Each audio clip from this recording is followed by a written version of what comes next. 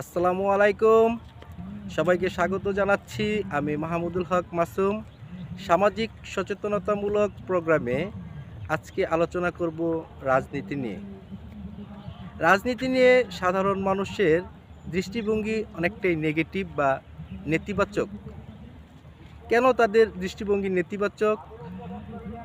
এটা আসলে সাম্প্রতিক সময়ের রাজনীতি নিয়ে যদি আমরা বিশ্লেষণ করি তাহলে তার উত্তর খুঁজে পাব। তা আজকের আলোচনা থেকে আমরা রাজনীতির ইতিবাচক দিকগুলো কি তা খুঁজে বের করার চেষ্টা করব।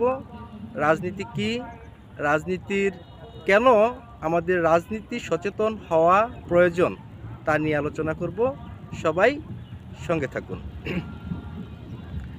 প্রথমে যদি বলতে হয় একজন সুনাগরিকের তিনটি গুণাবলী তিনটি হলো বুদ্ধি, বিবেক ও আত্মসংযম। অপরদিকে রাষ্ট্রের চারটি গুরুত্বপূর্ণ উপাদানের মধ্যে হলো নির্দিষ্ট ভূখণ্ড, জনসংখ্যা, সরকার এবং সার্বভৌমত্ব। তো আমি কেন সুনাগরিকের বৈশিষ্ট্য এবং রাষ্ট্রের উপাদান নিয়ে আলোচনা করলাম তা একটু পরিষ্কার করি।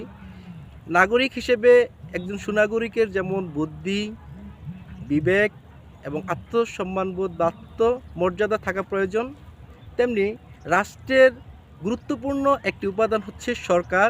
যা সরকার বলতে আমরা বুঝি একটি প্রতিষ্ঠান যা রাষ্ট্রকে প্রতিনিধিত্ব করে, রাষ্ট্রের আইন প্রণয়ন করে এবং রাষ্ট্রকে পরিচালনা করার জন্য যাবতীয় কর্মকাণ্ড পরিচালনা করে।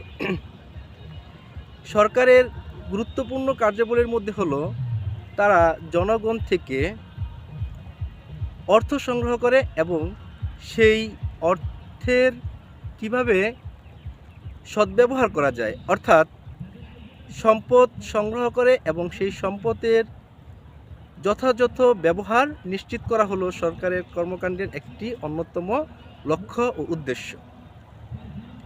তো আমরা যদি সুনাগরিক এবং নাগরিক এবং সরকারের মধ্যে আদান প্রদান সংক্রান্ত যে বিষয়গুলি আছে সেগুলো নিয়ে চিন্তা করি, তাহলে এই রাজনীতির বিষয়টা কি বুঝতে সুবিধা হবে। রাজনীতি হলো একটি প্রক্রিয়া যেটা ক্ষমতা, সম্পদের বন্টন এবং সিদ্ধান্ত গ্রহণ প্রক্রিয়ার সাথে সম্পর্কযুক্ত। তাহলে সরকার জনগণ থেকে যে সমস্ত সুযোগ সুবিধা গ্রহণ করবে, অর্থাৎ জনগণের কর আরোপ থেকে শুরু করে অর্থনৈতিক কর্মকাণ্ড পরিচালনা করার জন্য অর্থ সংগ্রহ এবং জনগণকে সেটা সুযোগ সুবিধা নিশ্চিত করার জন্য তাদের কতগুলো কর্ম পরিকল্পনা গ্রহণ করতে হয়, প্রণয়ন করতে হয়, সেই বিষয়ক পুরো বিষয়টার সাথে আসলে রাজনীতি জড়িত। অর্থাৎ সিদ্ধান্ত গ্রহণ, সম্পদের বন্টন এবং ক্ষমতার যথাযথ এবং ইতিবাচক প্রয়োগটাই হলো মূলত রাজনীতি। আর কেন আমাদের রাজনীতি সচেতন হওয়া প্রয়োজন সে প্রসঙ্গে বলতে গেলে বলতে হয়, আমরা রাজনীতিটাকে একটি ধারালো ছুরির সাথে যদি তুলনা করি তাহলে বলতে পারি ছুরি আমাদের প্রতিটা ঘরেই থাকে, যেটা দিয়ে আমরা সবজি কাটা, ফলমূল কাটা সহ গুরুত্বপূর্ণ সাংসারিক কার্যাবলীর জন্য প্রয়োজন। ঠিক একইভাবে রাজনীতিটাও একটি ধারালো অস্ত্রের মতো। এটা আমাদের সমাজের বিভিন্ন অন্যায়, অবিচার এবং বৈষম্য এগুলার কেটে নির্মূল করে সমাজটাকে সুন্দরভাবে গঠন করতে সহযোগিতা করে। আমরা যদি রাজনীতি সচেতন না হই তাহলে যে সমস্যাগুলো হবে তা নিয়ে আমরা আলোচনা করতেছি। প্রথমত আমাদের রাজনৈতিকভাবে সচেতন হতে হবে স্বচ্ছ জবাবদিহিতা নিশ্চিত করার জন্য। জনগণ যদি রাজনৈতিকভাবে সচেতন হয় তাহলে তারা দক্ষ, যোগ্য, মেধাবী এবং যারা রাষ্ট্রের জন্য কল্যাণ বয়ে নিয়ে আসবে এইরকম জনপ্রতিনিধি নির্বাচিত করবে। সুতরাং জনগণকে অবশ্যই রাজনীতি সচেতন হতে হবে। জবাবদিহিতা নিশ্চিত করার জন্য অবশ্যই আমাদেরকে রাজনীতি সচেতন হতে হবে।